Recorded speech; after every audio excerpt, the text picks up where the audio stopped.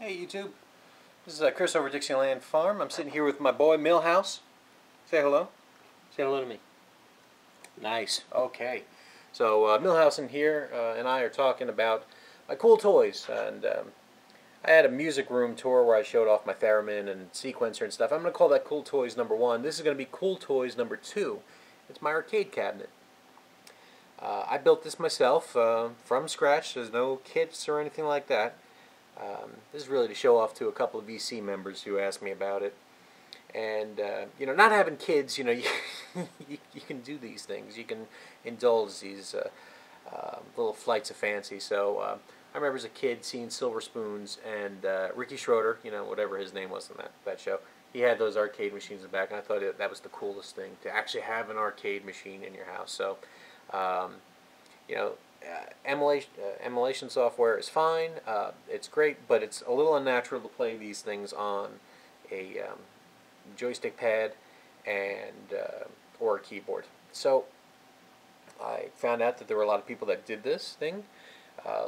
There's two schools, I guess. They take either an existing arcade cabinet and either make it a multi-function unit or just restore it or whatever. And then there are people that just build their own cabinet. So I just went ahead and built my own cabinet. I don't know anything about carpentry, so I made some mistakes along the way. I don't think most people would notice them. You know, I notice them every time I see them, but enough of me gabbing, enough of Millhouse just sitting here. Give me another kiss. Nice. Okay, and let's go ahead and show off the cabinet. There we go. So it's called Escape from New York. I like the movie Escape from New York, and also we kind of escaped from New York to move down to North Carolina. And I'm going to just shine a light here. I took a still store, I guess, you know, from the movie, and I had it printed up on some larger paper there. Same thing down here.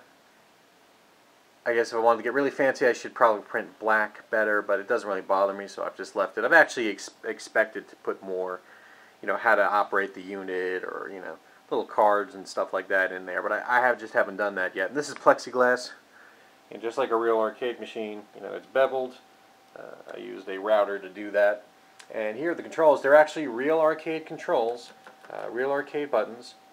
The joystick's a neat feature. Only one company makes this. It's got a mechanical lockout switch. So I can switch between 4-way and 8-way. What that means is some joystick, some old games were just 4-way, up, down, left, right. There were no such thing as diagonals. If you try to play those games with a diagonal, you know, enabled joystick, very often the guy will just stop because the software doesn't know what you're talking about. So this puts an actual mechanical lock in there. So it feels exactly like the way it used to, and works the way it should. So we got a real trackball spinner here as well, arcade spinner. It's got a real heft to it.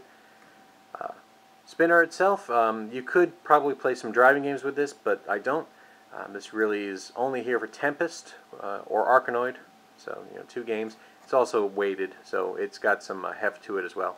And then the blue controls, you know, the keys. One nice thing about this arcade machine is we've got pause, so if I can play and then just stop. The menu screen is got some information on it. I'll be honest with you, I can't remember quite all the buttons to make everything work. And I could customize this to Escape from New York theme, but I just haven't done that yet.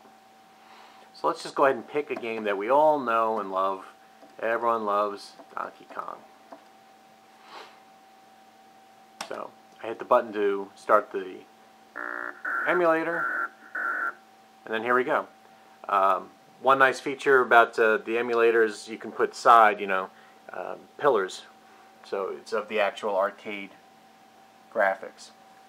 Got to put the coin in because the machine. I mean, this is an emulator, so it thinks it's 1982. It thinks it's really a Donkey Kong machine. And almost all of our names are ass or poo. You know, a little homage to The Simpsons, as always. And then I can just, you know, pause it and move along here, and we just escape out of that. I think there's a button here, like an information button. Yeah, it'll actually tell you the history of the whole game, and you know, little facts about it and all that kind of stuff. So, but that's not the only emulator that's in here. These are there are real arcade machines in here, and I've got 236 games. I didn't want to go overboard. But you know, these are games that I know and I love. Maybe some slightly different versions, but you know, I just don't have everything that's available. There are thousands available.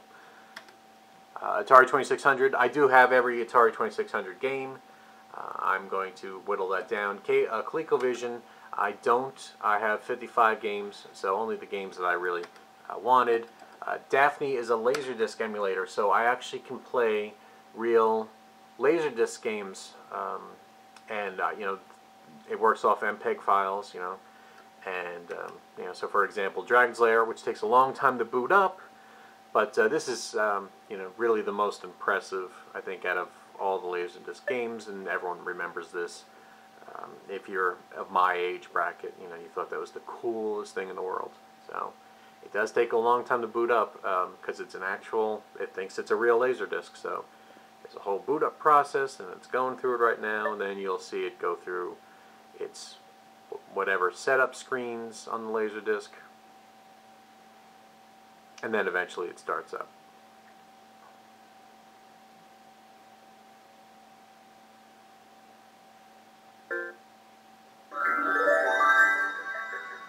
Dragon's Lair, the fantasy adventure where you become a valiant knight on a quest.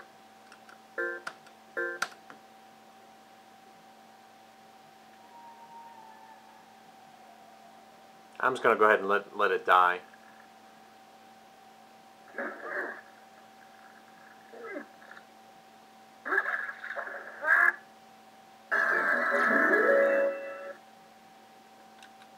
And the nice thing is I can just quit, and you know, the minute I get mad, and just move on to a different game. So NES, so we got a real Nintendo in here as well. 60 games, same thing. I didn't want to go overboard, and but Marissa, my wife, demanded that I get a real Nintendo controller.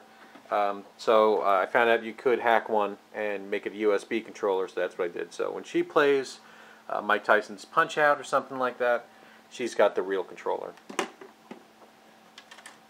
And this all this works off of Linux. It could have been Windows. I'm just more comfortable in Linux. So that's, you know, basic operating system, and all this is on top of that. So we got a Genesis, we got a regular Sega, and Super Nintendo, and then an old Vectrex, which if you don't know what that is, you know, it's really old. It's, you know, a vector-based you know, monitor thing. And then you got an actual shutdown where you can shut down the whole thing, and you know, I'll just go do that now, and it just shuts down. So the controls here, you know, here they're all the wiring underneath. Here's a hacked up soundboard that's on the side, so I can have the controls on the side. Same thing with the USB. I've got two USB ports here that, you know, hack through. And so there's all the wiring. There's the trackball, and here's the.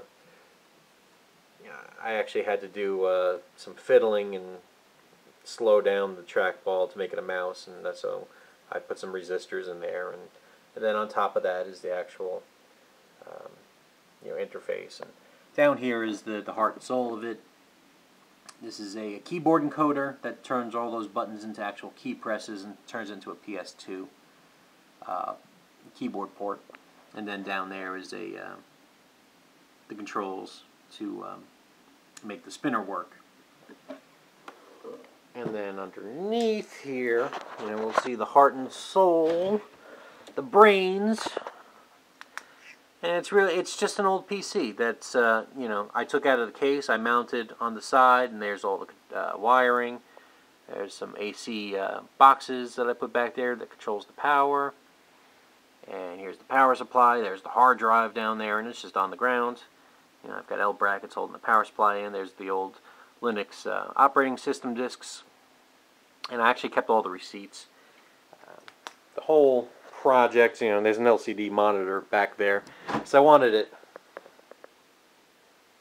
you know, thin. So There's the Escape from New York movie poster that I went ahead and printed and put on the side. This is a smoked glass. It's plain old glass that I put automotive tint on, and the whole thing pulls up and out, you know, if I wanted to. You can see that I mounted speakers. There's the speaker holes in there. And one day I'll get a real marquee in here, but this is what I've got so far. And I've actually got a switch on the side that powers that down, and actually turns off the sound card at the same time. So, so that's one of my cool toys. Hope you enjoyed watching it. If you have any questions or comments, please go ahead and post. I'd welcome them. And from me, goodbye. And from Millhouse, say goodbye. Say goodbye, Millhouse.